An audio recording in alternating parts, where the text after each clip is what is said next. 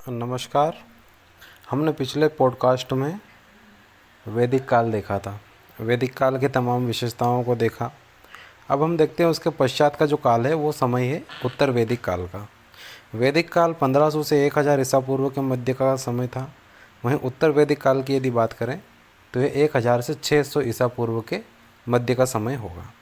यदि इसके स्रोतों की हम बात करें कि इसके जो जानकारी के स्रोत है वो हमें कहाँ से प्राप्त हुए, तो मुख्यतः पुरातात्विक, साहित्यिक और कुछ अन्य स्रोत हैं, जिनमें मुख्यतः पुरातात्विक स्रोत जिसमें चित्रित धूसर, मृदभांड, लोहा, स्थायी निवास ये चीज़ें आती हैं।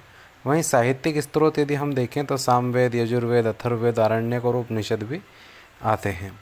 लोहे के प्रयोग का जो प्रथम साक्ष्य है वह अंतरजी खेड़ा में 1050 ईसा पूर्व, गांधार क्षेत्र में 1000 ईसा पूर्व और गंगा यमुना दोआब में 800 ईसा पूर्व के लगभग प्राप्त हुआ।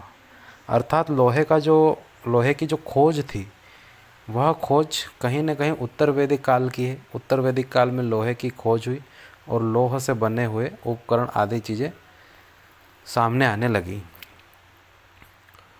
4 पुरातात्विक स्थलों की खुदाइयाँ की गई, जैसे कि जखेड़ा, हस्तिनापुर, नौ तथा अंतरजी खेड़ा में सर्वाधिक लोह स्त्र मिले हैं। 700 ईसा पूर्व के लगभग लोहे का प्रसार उत्तर प्रदेश तथा विदेह में हुआ। उत्तर वैदिक ग्रंथ में लोहे को श्याम अयस और कृष्ण अयस कहा गया है। श्याम अयस यानी काला अयस और कृष्ण अयस यानी कि श्याम का मतलब काला ही होता है और कृष्ण का मतलब पीला होता है। कृष्ण अयस प्रारंभ में उनके राजधानी असंदनिवात थी। कालांतर में हस्तिनापुर उनकी राजधानी हुई। महत्वपूर्ण राजा हुए बाल्हिक, प्रतिपीय राजा, परीक्षित, जन्मेजय आदि। अच्छा, मोटे मोटी यदि बात की जाए उत्तर वैदिक काल की, उत्तर वैदिक काल जो था यह राजाओं का काल था। अर्थात यहाँ पर जनपद हुए, कुछ गण हुए, गण, जनपद आदि हुए। वैदिक काल में जो खाना बदोश जीवन जीते जीते एक स्थायित्व आया था, वह स्थायित्व यहाँ तक आते आते बड़े बड़े साम्राज्य या राजाओं में पनपने लगा था। अर्थात उत्तर वैदिक काल में राजा हुए, गण हुए, जनपद हुए और महाजनपद की ओर बढ़ने लगा, जिससे कि जो आपसी संघर्ष था वो बढ़ा। आपसी संघर्ष के साथ ही साथ विदेशी ये कह सकते हैं कि जो सत्ता थी या विदेशी जो आए हुए आर्य थे, उन्होंने यहाँ पर स्थायी निवास करना प्रारंभ कर दिया। विदेशी आर्य जो आए थे उन्होंने अपना स्थायी निवास यहाँ पर भारत में प्रारंभ कर दिया। यहाँ रहने लगे, खेती करने लगे और बड़े बड़े राज्यों पर अधिकार हो गया। ऐसे में उत्तर वैदिक काल जो है वह पूरी तरह से अंधविश्वास, पाखंडवाद आदि चीज़ों में संलिप्त हुआ, क्योंकि वैदिक काल में जो कर्मकांड थे, शुद्ध कर्मकांड, प्रकृति पूजक, आगे चलकर वह कर्मकांड जो थे अथर्ववेद से प्राप्त होता है कि जादू, टोना, तंत्र, मंत्र, झाड़ फूंक आदि में बदल गए थे। आगे यदि हम देखते हैं उसी समय के कुछ राजाओं की जानकारी, जैसे अथर्ववेद में परीक्षित का उल्लेख मिलता है। परीक्षित कौन था? परीक्षित राजा हुआ एक। ये कौन था? असल में है रामायण जो काल है उससे संबंधित व्यक्ति है परीक्षित। जन्मेजय ने एक नाग यज्ञ और 2 अश्वमेध यज्ञ करवाए। अंतिम कुरुवंशी शासक निक्षुक ने बाढ़ से विनष्ट होने के कारण हस्तिनापुर की जगह कौशाम्बी को अपनी राजधानी बनाया था। यह हस्तिनापुर का यहाँ पर उल्लेख आ रहा है। इससे पहले हमने वैदिक काल में दशराज युद्ध का उल्लेख किया था। दशराज युद्ध में जो राजा सुदास थे, सुदास ही आगे चलकर भरत कुल के राजा हुए और उनके जो वंशज थे वो भरत कहलाए और आगे चलकर वही महाभारत के जो पांडव कौरव हुए वे हुए। इसी तरह से यहाँ पर हस्तिनापुर का भी उल्लेख आ रहा है। मध्य दोआब, आधुनिक बरेली, बदायूं, फर्रुखाबाद, पांचाल आदि क्षेत्र जो थे ये इसमें शामिल थे। दार्शनिक राजाओं के लिए जाना जाता था। ये जो क्षेत्र थे ये उन राजाओं के लिए जाने जाते थे जो राजा दार्शनिक प्रवृत्ति के थे। महत्वपूर्ण शासक जैसे प्रवाहवर्ण, जाबाली थे। आरुणि एवं श्वेत केतु इसी क्षेत्र से संबंधित थे।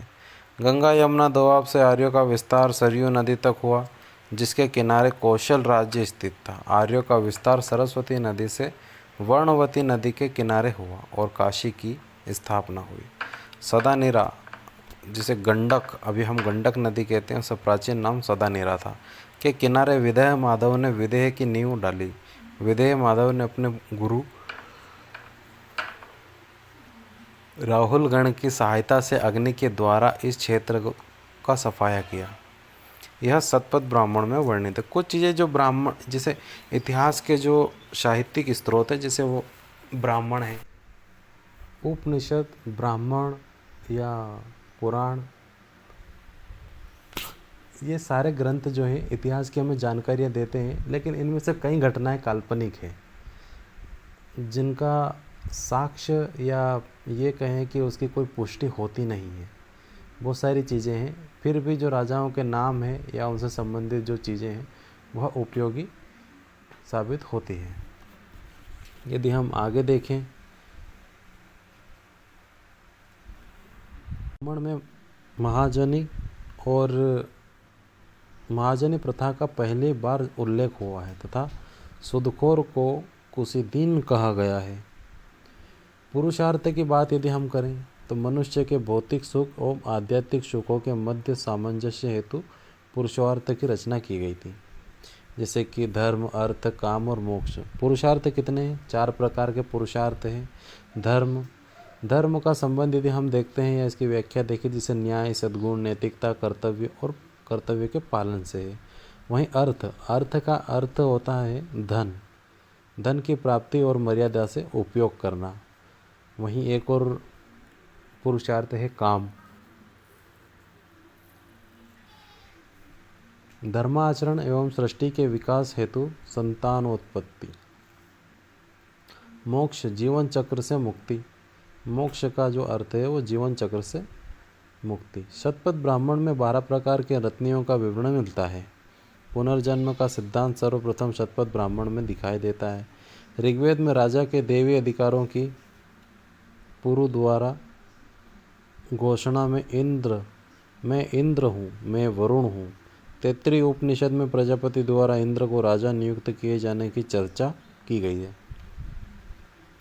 बहुत सारे ब्राह्मण हैं, अलग अलग ब्राह्मणों में अलग अलग बात की गई, जैसे सतपथ ब्राह्मण है, तांड्य ब्राह्मण है, और भी आगे अगर हम देखें तो ऐत्रेय ब्राह्मण है।